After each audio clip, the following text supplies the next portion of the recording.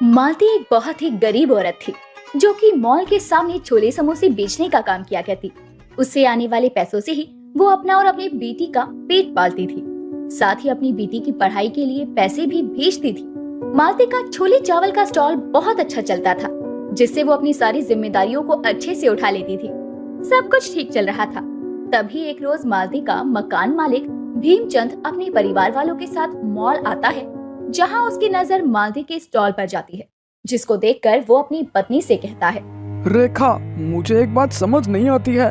कहने को तो यह एक गरीब छोले चावल वाली है, लेकिन इसके स्टॉल के आगे लगी भीड़ को देखकर लगता तो नहीं है कि यह गरीब होगी। भीड़ के हिसाब से रात तक तो इसकी अच्छी खासी कमाई हो जाती होगी। अरे बात तो आप सही कह रहे हैं। वैसे भी आपने तो वो कहावत सुनी है ना, हाथी के दांत खाने के और होते हैं और दिखाने के तो कुछ और ही होते हैं। हो सकता है ये गरीब हो ही ना, सिर्फ गरीब होने का दिखावा कर रही हो, जिसके स्टॉल के आगे इतनी भीड़ ना। बात तो तुम्हारी सही है, तभी तो मैं सोचूं कि ये अपनी बेटी को हॉस्टल में रखकर कैसे पढ़ा पा रही है। कैसे हर महीने मांगने से पहले ही कमरे का किराया दे देती है। और कहाँ से देती है? गरीब छोले चावल वाली बनकर लोगों से लूटती है। ऊपर से इसने अपना स्टॉल भी मॉल के पास ही लगाया है। जो भी आएगा वो जरूर ही रुकेगा, क्योंकि छोले चावल किसको नहीं पसंद है। ऊपर से मॉल में घूमकर लोगों को भूख लग जाती है और उसका फायदा ये गरीब छोले चावल वाली उठाती है। अगर मुझे पहले पता होता कि इस गरीब का स्टॉल इतना अच्छा चलता है तो मैं कमरे का किराया बढ़ा कर लेता इससे। अरे अभी कौन सा समय निकल गया है जी, अगले 6,000 देने हैं, क्योंकि मुझे उस कमरे का किराया मिल रहा है 6,000 रुपए।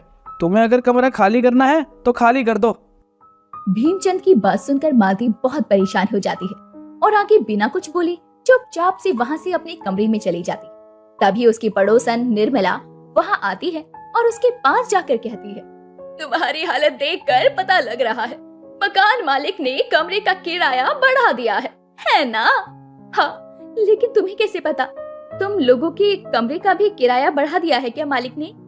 नहीं मालती, मालिक ने सिर्फ तुम्हारे कमरे का ही किराया बढ़ाया है।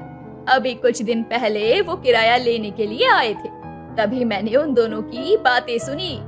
उन्होंने देखा कि तुम्हारा छोले चावल का स्टॉल बहुत अच्छा चल रहा है, इसीलिए उनके मन में लालच आ गया। कैसे लोग हैं आखिर ये?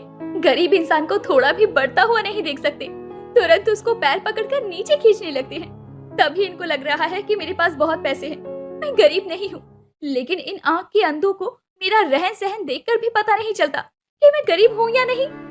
उनको लगता है तुमने पैसे दबा के रखे हैं अपने पास, तभी तो अपनी बेटी को हॉस्टल में पढ़ा रही हो, टाइम पर कमरे का किराया भी दे देती हो और कभी किसी का उधार नहीं रखती। यही सब बातें हैं, तभी तुम मालिक की नजर में आ गई। अब और कुछ नहीं कर सकते तो ऐसे ही परेशान करेंगे। वो सब बातें तो ठीक हैं, लेकिन निर्मला बहन, पैसे वाले तो हमेशा ही गरीबों का खून चूसते आ रहे हैं। आज कोई नई बात थोड़ी हुई है, लेकिन ये सब अभी ही क्यों? बस 2 साल की पढ़ाई रह गई है मेरी बिटिया की, उसके बाद वो खुद नौकरी करने लगेगी। लेकिन अभी मैं गरीब छोले चावल वाली इतने पैसे कहाँ से लाऊं जो इतना महंगा कमरा ले सकूं, उसके बाद बाकी के खर्चे भी देख सकूं। अब मैं क्या ही बोलूं बहन, बस इतनी प्रार्थना कर सकती हूँ, मालिक से कुछ मत कहना कि मैंने तुम्हें कुछ बताया है, वरना पता चले कि मेरे कमरे का भी किराया बढ़ जाए।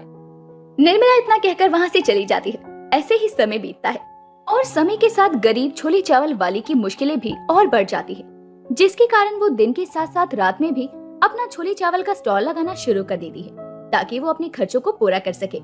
जैसे तैसे करके जब वो मालिक के जुल्मों से लड़ने का रास्ता निकालती है, तो उसके काम पर बात आ जाती है। एक रोज रात के समय वो अपना छोले चावल का स्टॉल लगाकर खड़ी होती है। तभी वहाँ एक पुलिस वाला आता है और कहता है, आपने मॉल के सामने इतनी रात में अपने छोले चावल का स्टॉल क्यों लगा रखा है?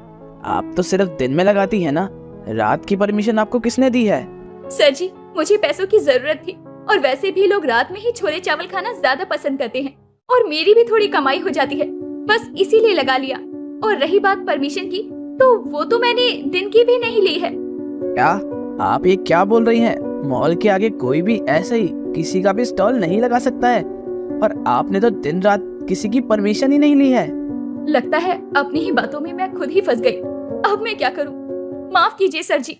बात यह है कि ये छोले चावल का स्टॉल मेरे पति चलाते थे। उनके जाने के बाद इस स्टॉल को मैंने चलाना शुरू किया। मुझे इन सब के बारे में कुछ नहीं पता। मैं तो बस एक गरीब छोले चावल वाली हूँ। मुझ गरीब पर रहम कीजिए। देखिए, आप गरीब हैं, इसलिए मैं आपका स्टॉल बंद नहीं करवा रहा हूँ, सिर्फ फाइन भरवा कर ही छोड़ रहा हूँ। कल सुबह आप इस इलाके के थाने में जाकर 7,000 रुपए जुर्माने के भर दीजिए और अपना स्टॉल चलाने की परमिशन ले लीजिए। अभी अपना स्टॉल बंद करिए आप। पुलिस वाले की बातें सुनकर मालती के होश उड़ जाते हैं। थोड़ी देर बाद वो अपना स्टॉल बंद करके अपने घर चली जाती है। अगले दिन वो जैसे तैसे करके पैसों का इंतजाम करती है और थाने में जाकर अपना जुर्माना भर देती है। जिसके बाद वो अपने मकान मालिक भीमचंद के पास जाकर उसे आधे महीने का किराया देते हुए कमरे की चाबी वापस कर देती है और कहती है, मालिक, मुझ गरीब के पास इतने पैसे नहीं है कि मैं इतने महंगे कमरे में अकेली रहूं और फिर उतने ही पैसे भरकर अपनी रोजी रोटी चलाऊं। इससे अच्छा है कि मैं अपनी रोजी रोटी चला लूं। वैसे भी अब मैं रात में भी स्टॉल लगाती हूँ, तो क्या करूंगी कमरे का? आप मुझ गरीब की छत छीन कर कमा लीजिए पैसा। आपके पास मुझसे ज्यादा मजबूरी है। तुम ये क्या कह रही हो? मुझे कुछ समझ नहीं आ रहा है। मैंने क्या किया है जो तुम मुझे ऐसे सुना रही हो? आप क्या समझ रहे हैं मालिक कि आपने मेरा चलता छोले चावल का स्टॉल देखकर ही मेरा किराया बढ़ाया है? ये बात मुझे पता नहीं है। आपने मुझे छोड़कर किसी का भी किराया नहीं बढ़ाया है, ये मुझे पता है। लेकिन आप मालिक हैं, आपका घर है, आप कुछ भी कर सकते हैं। लेकिन मुझ गरीब के पास इतने पैसे नहीं है जो मैं आपका किराया भर सकूं। इसीलिए मैं आपका कमरा छोड़ रही हूँ। गरीब मालती की बात सुनकर भीमचंद को अपनी हरकत पर बहुत पछतावा होता है, जिसके बाद वो उससे अपनी गलती की माफी मांगता है। साथ ही उसे उसके कमरे की चाबी वापस कर देता है, वो भी पुराने किराए पर। इससे गरीब मालती का कुछ हद तक का बोझ तो